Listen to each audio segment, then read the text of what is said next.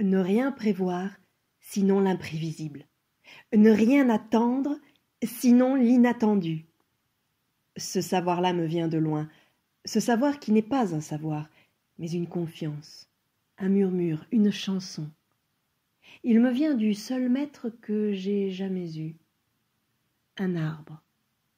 Tous les arbres dans le soir frémissant. Ils m'instruisent par leur manière d'accueillir chaque instant comme une bonne fortune.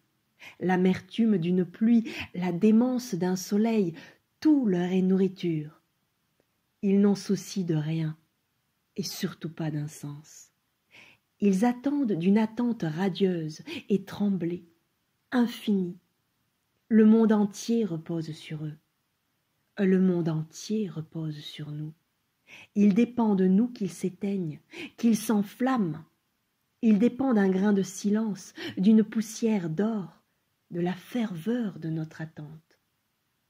Un arbre éblouissant de vert, un visage inondé de lumière.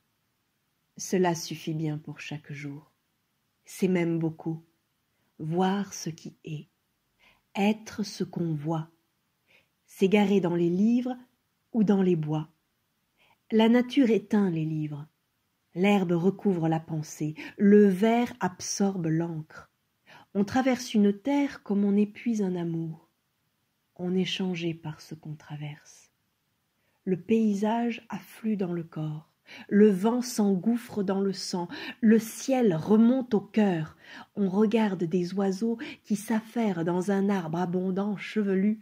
Ils s'appellent, se répondent, le bec éclaboussé d'ombre. De jeunes mendiants rieurs sous le manteau du roi. On prend entre ses doigts un papillon desséché, accroché à une feuille de mûrier. L'art de marcher est un art contemplatif.